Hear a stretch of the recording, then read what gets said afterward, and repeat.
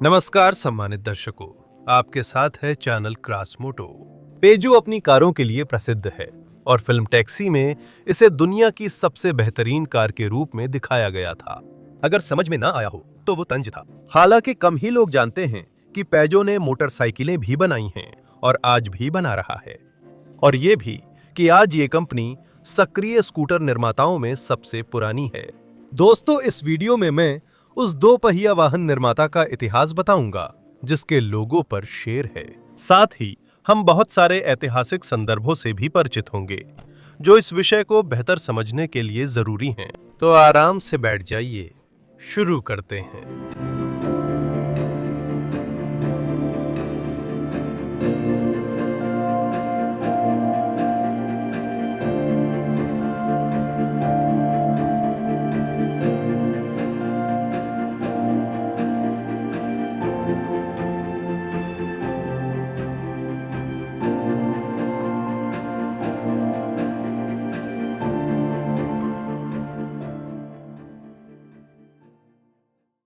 ये समझने के लिए कि पेजो परिवार कौन है और वे ऑटोमोबाइल और मोटरसाइकिल के निर्माण तक कैसे पहुंचे, हमें इतिहास में गहराई से जाना होगा। और हाँ, इस अध्याय की सामग्री असाफिएव की फ्रेंच ऑटोमोबाइल इंडस्ट्री के दिग्गजों पर बनी डॉक्यूमेंट्री से काफी मेल खाएगी। अगर आपने नहीं देखा तो मैं देखने की सलाह दूंगा। पेजो उपनाम का पहला उल्लेख 15वीं सदी में मिलता है। इसी समय इतिहास में इस परिवार का पहली बार जिक्र हुआ जो मोंटबेलियार के आसपास यानी आज के वांडुकूर में रहता था, जिसका मुख्य व्यवसाय कृषि था। परिवार के कामकाज में पहली क्रांति उनके चचेरे भाई जां पिएर और जां फ्रेडरिक पेजो ने 1810 में की थी। उस समय फ्रांस में औद्योगिक क्रांति थी और भाइयों की इच्छा थी कि वे नए उद्योगों में ज्यादा पैसा कमाएं। पेजो ने सूकराते नामक जगह में अपनी एक मिल को एक छोटे औद्योगिक उद्यम में बदल दिया। शुरू में यह केवल स्टील से बनी विभिन्न वस्तुओं के निर्माण तक ही सीमित था। यह घड़ी की स्प्रिंग्स, आरी ब्लेड और स्टील पट्टियां बनती थीं। सन 1818 में एक रोलिंग मिल स्थापित की गई थी और भाइयों ने धातु प्रसंस्करण की एक मौलिक तकनीक अपनाई। 6 साल बाद उत्पादन में महत्वपूर्ण वृद्धि हुई। उत्पादों की विविधता लगातार बढ़ती रही और जां पिएर और जां फ्रेडरिक उस समय के लिए और भी उन्नत और जटिल उत्पाद बनाने लगे। कॉफी पीसने की मशीनें, औजार, मसालों, कॉफी और अन्य मसालों की चक्कियां और क्रिनोलिन के हुक। अगर आपको ना पता हो तो ये उन दिनों के उच्च वर्ग में फैशन में रही स्कर्ट्स के लिए एक धातु का ढांचा था। इस्त्री, सिलाई मशीनें, छतरियां वगैरह। वैसे पूजो की चक्कियों पर उस समय भी धातु के हिस्से पर आजीवन गारंटी मिलती थी। 20 नवंबर 1858 को एमिल पेजो ने शेर की छवि को ट्रेडमार्क के रूप में पेटेंट कराया। 19वीं-20वीं सदी के मोड़ पर रूसी साम्राज्य में पेजो कंपनी मुख्यतः बढ़ईगीरी के औजार बनाने वाली कंपनी के रूप में जानी जाती थी। छीनी, रंदा, ड्रिल और हाथ से चलने वाले ड्रिल, ये औजार काफी महंगे थे। उदाहरण के लिए एक साधारण पेजो रंदा 1901 में 1 रूबल 97 कोपेक का था, जो एक गाय की कीमत के बराबर था। 18 जून 1849 को अरमान पेजो का जन्म हुआ। पेजो परिवार की अगली महत्वपूर्ण हस्ती। युवा अरमान को पढ़ाई के लिए ब्रिटेन भेजा गया, जहां वह इंजनों और पेनी फॉर्थिंग में रुचि लेने लगे। आखिरी शब्द, अगर आप सोच रहे हैं तो ना तो कोई गाली है और ना ही कोई अश्लीलता। ये उस साइकिल का नाम है जिसमें आगे का पहिया बहुत बड़ा होता है। घर लौटने पर अरमान ने परिवार को समझाया कि ये साइकिलें बहुत लोकप्रिय हैं और इन्हें तुरंत बनाना चाहिए। सन 1882 में अरमान पेजो ने अपनी पेनी फॉर्थिंग, लेग्रांड बी और कई अन्य साइकिलें पेश कीं। कुछ समय बाद गोटलिब डाइमलर से मिलकर अरमान को ऑटोमोबाइल की संभावनाओं पर पूरा विश्वास हो गया। पर उनके भाई एगन पेजो मानते थे कि ऑटोमोबाइल सिर्फ मनोरंजन है और जल्द ही फैशन से बाहर हो जाएगा।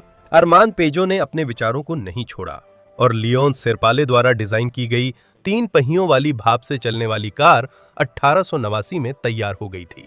भाप की मशीन भारी और भारी भरकम थी और उसे देर तक गर्म करना पड़ता था। 1890 में डाइमलर और एमिल लेवासोर से 4 पहियों वाली कार पर मिलने के बाद भाप इंजन को पैनार द्वारा डाइमलर के लाइसेंस पर बनाए गए पेट्रोल इंजन से बदल दिया गया।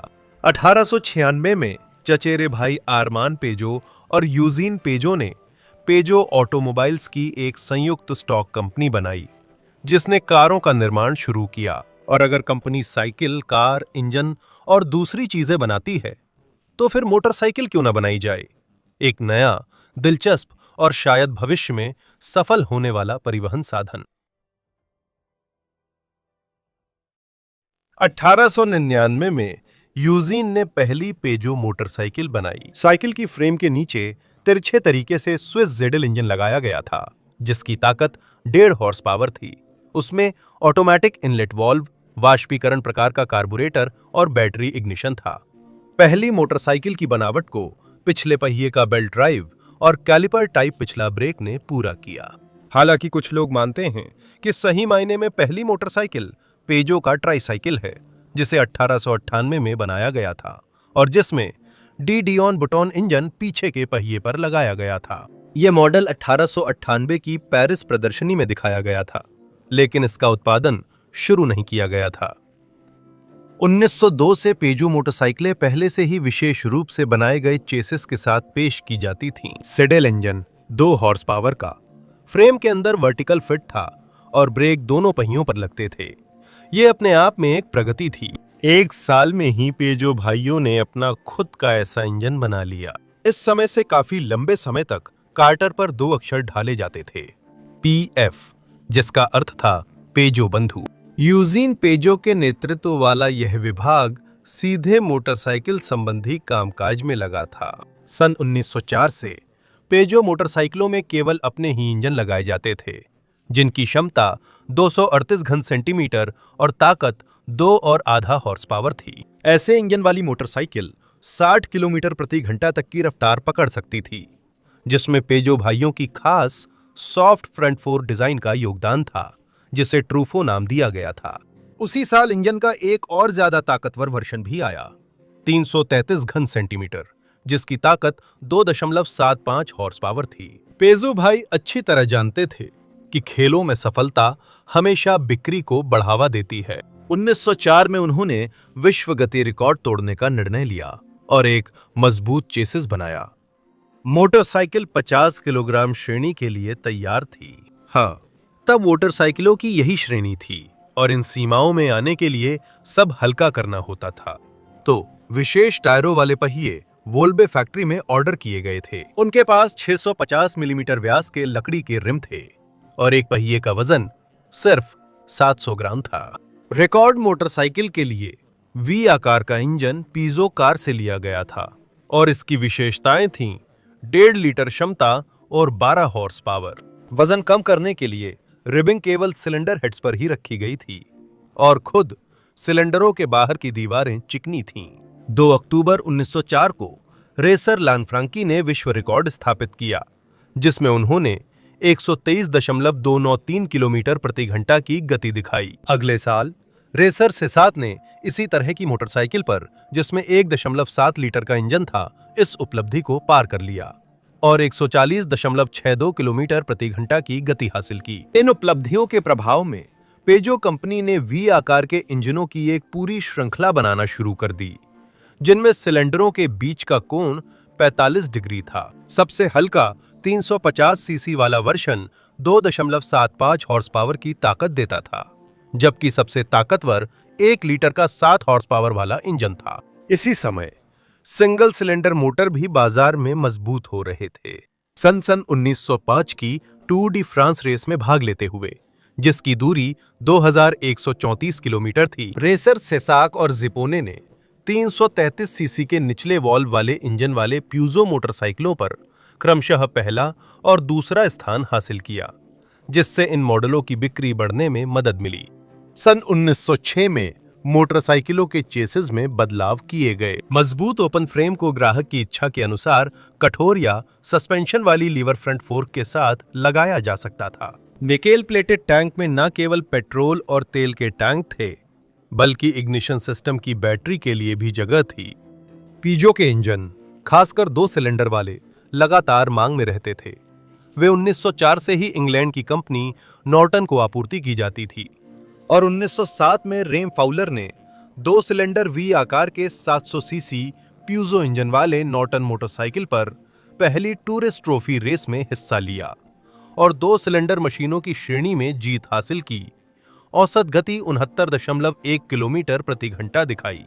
अगर आपको यह कमजोर प्रदर्शन लगता है तो कार या बाइक की ड्राइविंग सीट पर बैठिए, नेविगेटर चालू कीजिए और अपने इलाके में कुछ घंटे जरा तेज चलाइए। संभावना है कि आपकी औसत गति 60 बल्कि 55 किलोमीटर प्रति घंटा से भी कम हो सकती है। एक और कंपनी जिसने 1908 में पेजो का इंजन लगाया वो थी नॉर्थ लंदन गैराज या संक्षेप में NLG।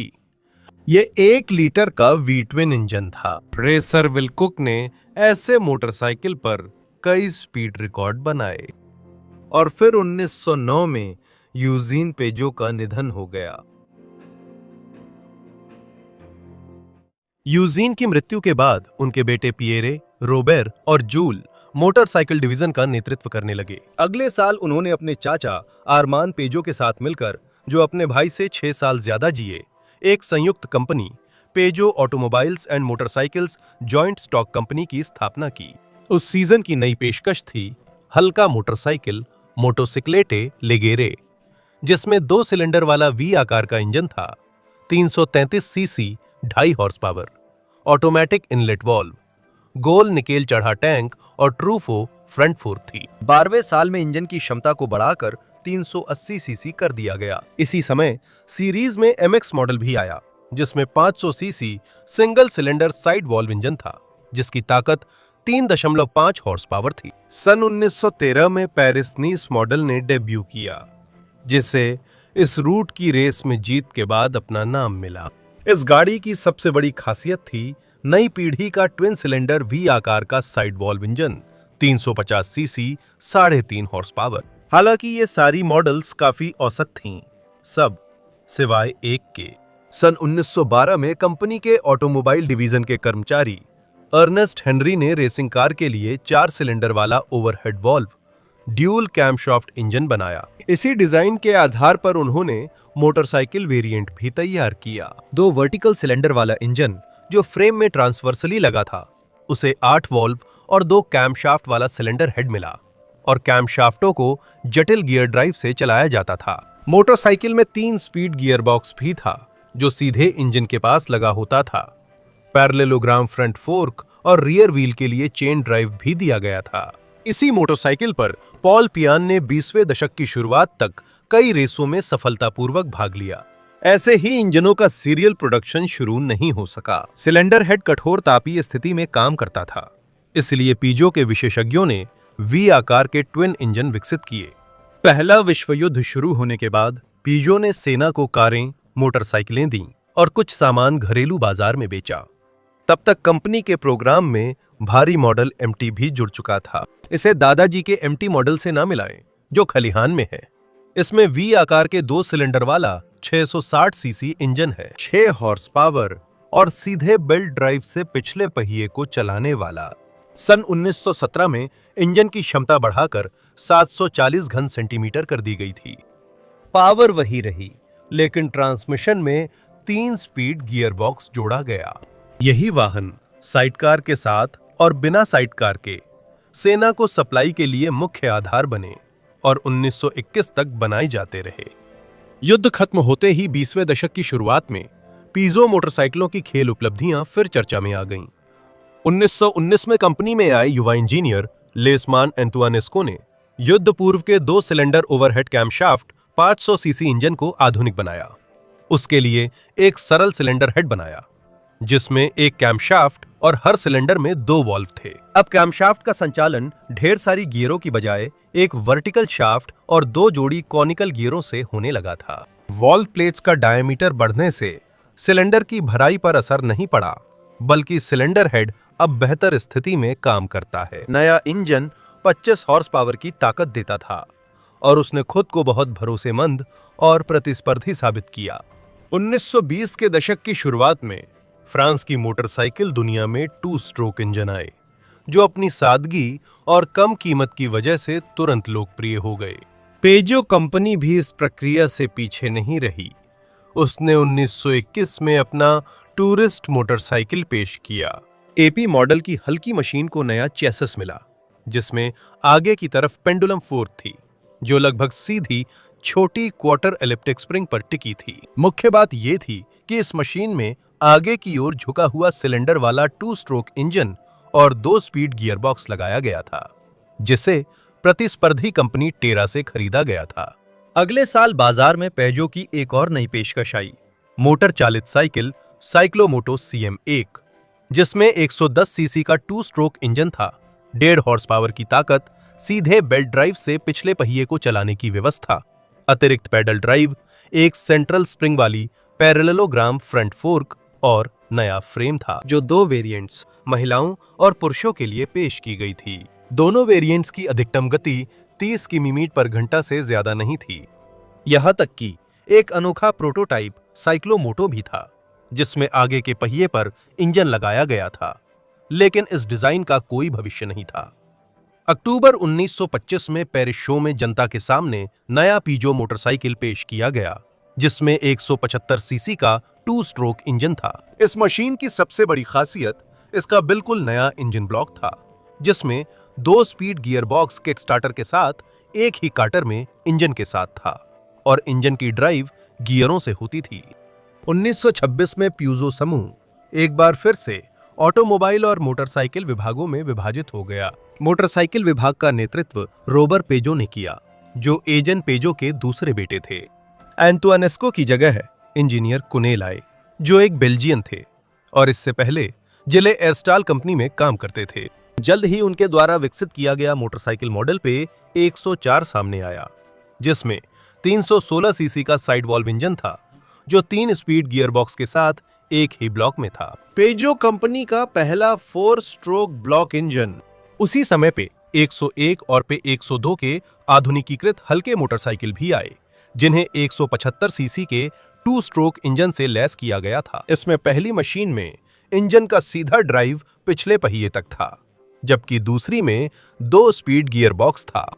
पेरिस सैलून में पेजो के मोटरसाइकिल विभाग की प्रदर्शनी का केंद्र बिंदु पे 105 मॉडल था, जो जल्दी ही कंपनी का फ्लैगशिप बन गया। मोटरसाइकिल की नई प्रवृत्तियां। सैडल के आकार के फ्यूल टैंक और 350 सीसी 10 हॉर्स पावर के ओवरहेड वॉल्व इंजन के रूप में पेश की गई थीं। वॉल्व के रॉकर, जो बुशिंग्स की जगह बॉल बियरिंग्स पर लगे थे, लंबी रॉड्स द्वारा संचालित होते थे और वर्टिकल ट्यूबलर कवर में रखे जाते थे। इंजन के साथ 3 स्पीड गियरबॉक्स जोड़ा गया था।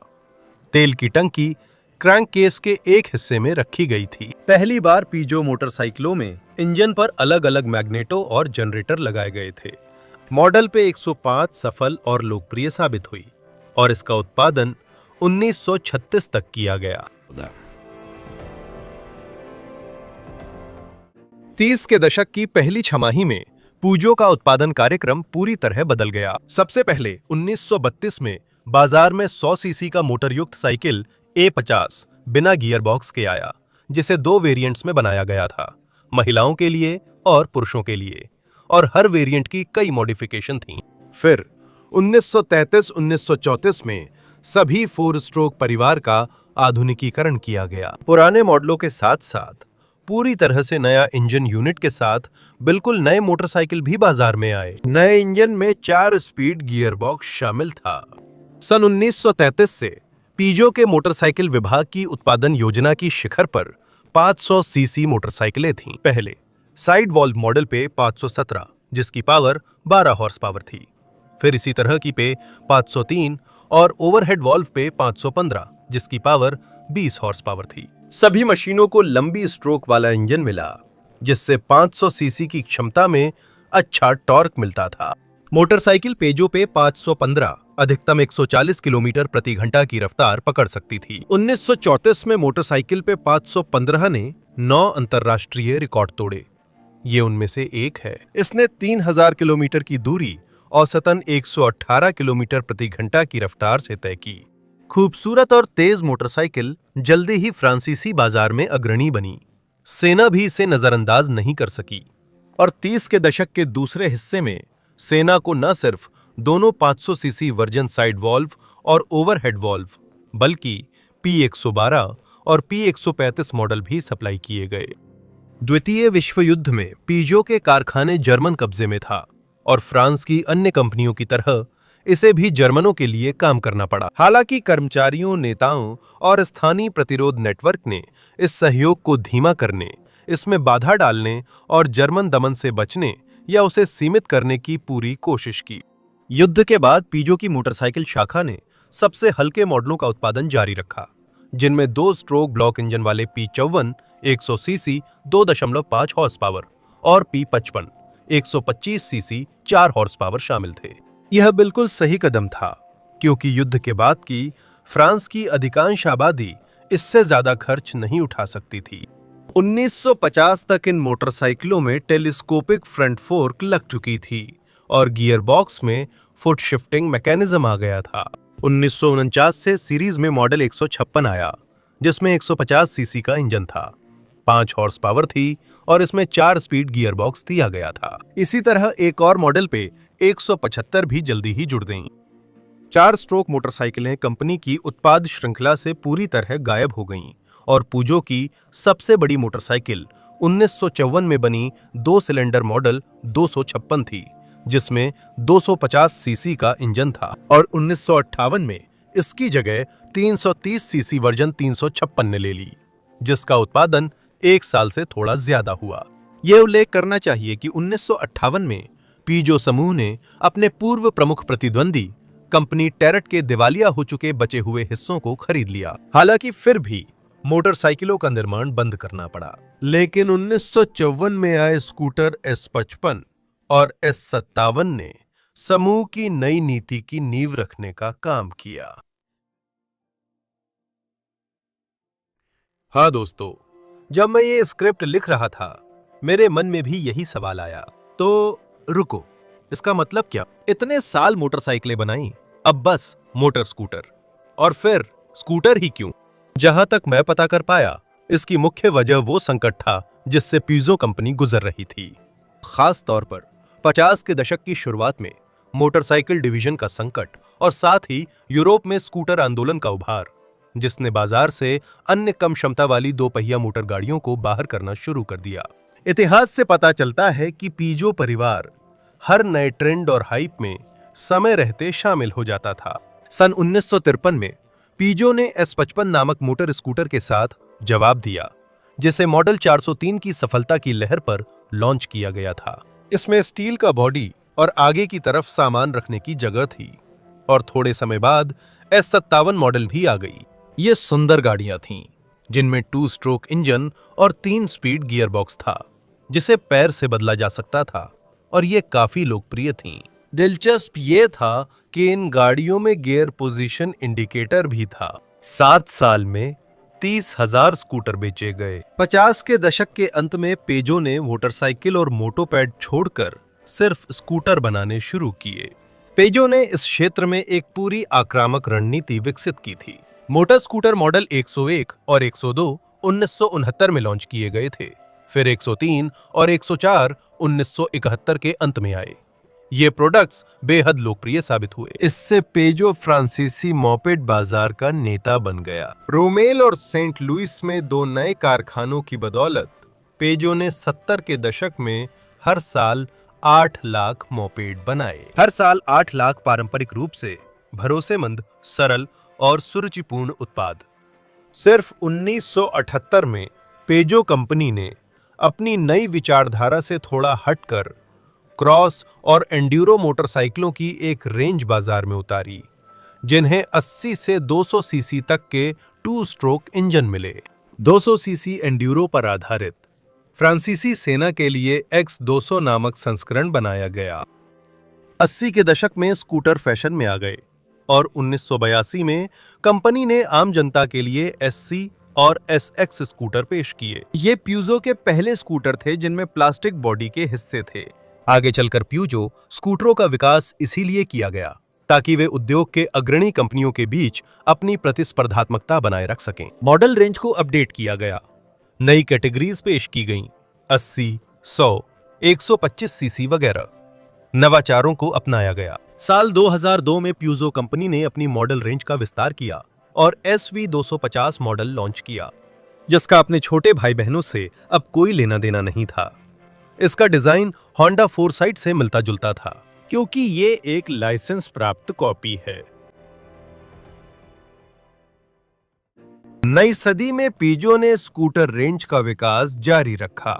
2006 में एंड्यूरो, सुपरमोटो और स्पोर्ट क्लास में 50 से 125 सीसी इंजनों वाली हल्की मोटरसाइकिलें लॉन्च की गईं। ये मॉडल, जिनमें नवाचार किए गए हैं, आज भी बनाए जा रहे हैं। 2010 के दशक की शुरुआत में पेजो का स्कूटर व्यवसाय धीरे धीरे बढ़कर कंपनी के लिए घाटे का सौदा बन गया था। उदाहरण के लिए 2013 में केवल 79,000 यूनिट्स ही बेची गई थीं। हाँ, ये 2012 से ज्यादा था, पर प्रबंधन संतुष्ट नहीं था। ये 70 के दशक जैसी मात्रा नहीं थी। शायद इसी वजह से पेजो ने भारतीय ऑटोमोबाइल दिग्गज महिंद्रा के साथ सौदा किया। ये सौदा 2015 में पूरा हुआ और महिंद्रा ने नियंत्रण हिस्सेदारी यानी 51% शेयर खरीद लिए। आगे की घटनाओं से लगता है कि यह समझदारी भरा फैसला था। पेजो के स्कूटरों का विकास चलता रहा। महिंद्रा की पहल पर पेजो की मोटरसाइकिलें 2016 में मोटो3 क्लास में फिर से मोटर स्पोर्ट में लौटीं। ऐसी ही मशीनों के साथ पेजो MGP3O मोटरसाइकिल का प्रोटोटाइप काफी हद तक उन मशीनों जैसा है जो महिंद्रा मोटो3 में पहले से इस्तेमाल कर रहा है। फिर भी फ्रेंच निर्माता जीपी में एक स्वतंत्र निर्माता के रूप में डेब्यू कर रहा है। इस समय टॉप मॉडल 3 पहियों वाला पेजो मेट्रोपोलिस है, जिसमें 400 सीसी का इंजन और ढेर सारी इलेक्ट्रॉनिक सुविधाएं हैं। ये मशीन 35.6 हॉर्स पावर की ताकत और 13 लीटर फ्यूल टैंक में रखे ईंधन पर 300 किलोमीटर तक चलने की क्षमता का दावा कर सकती है। कंपनी अपनी प्रोडक्ट्स के लिए आंतरिक दहन इंजन की जगह इलेक्ट्रिक मोटर के विकल्प के साथ भी प्रयोग कर रही है। उदाहरण के लिए यह है कॉन्सेप्ट पेजो हाई मोशन 3। आज पेजो कंपनी हर साल 3.5 लाख से ज्यादा स्कूटर मोपेड बनाती है 50 тысяч скутеров и мопедов। और भविष्य में शेर के लोगो वाले इस ब्रांड से हमें क्या नया देखने को मिलेगा, ये तो वक्त ही बताएगा। तो दोस्तों, ये थी पेजो कंपनी की 2 पहिया मोटर चालित वाहनों की कहानी। आशा है ये कहानी आपके लिए जानकारीपूर्ण और दिलचस्प रही होगी। हालांकि मुझे यकीन है कि कुछ लोग ऐसे होंगे जो कमेंट में लिखेंगे, अरे तुम तो उस 1999 में आई स्कूटर मॉडल के बारे में बताना भूल गए, या कुछ ऐसा ही। दोस्तों, मोटरसाइकिल निर्माण की कहानियों में मेरा मकसद कंपनी की सभी प्रोडक्ट्स को बोरिंग तरीके से गिनाना नहीं है। मुझे लगता है सबसे जरूरी है ब्रांड के इतिहास के मुख्य पड़ावों, सबसे अहम मॉडलों और उपलब्धियों को देखना। कभी कभी मैं कोई अहम तथ्य छोड़ सकता हूं, और अगर आपको वो पता है तो कृपया कमेंट में लिखें। मुझे और दूसरों को भी दिलचस्प लगेगा। आपके साथ हमेशा की तरह चैनल क्रॉस मोटो था। जैसा कि आमतौर पर कहा जाता है, देखें, दूसरों को सुझाएं, सब्सक्राइब करें और कमेंट करें। पेजो क्लब आपको खास नमस्कार। ध्यान देने के लिए धन्यवाद। फिर मिलेंगे।